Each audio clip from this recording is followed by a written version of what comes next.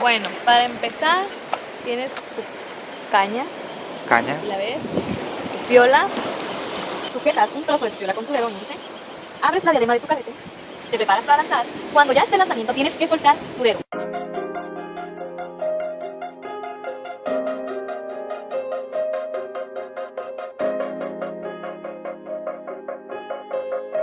Cayó, cierras y das pequeños jalones, dejas que el anzuelo caiga, haces otro movimiento, vienes enrollando tu carrete hasta que logres pescar algo.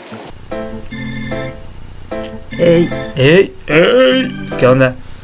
Ahí está el videito tutorial para todos los que les gusta la pesca, su carretito de spinning.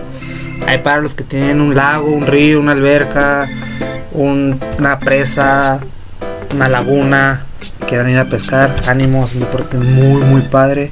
Desarrolla tu paciencia, porque nunca pescas nada, pero cuando sí pescas se siente muy padre.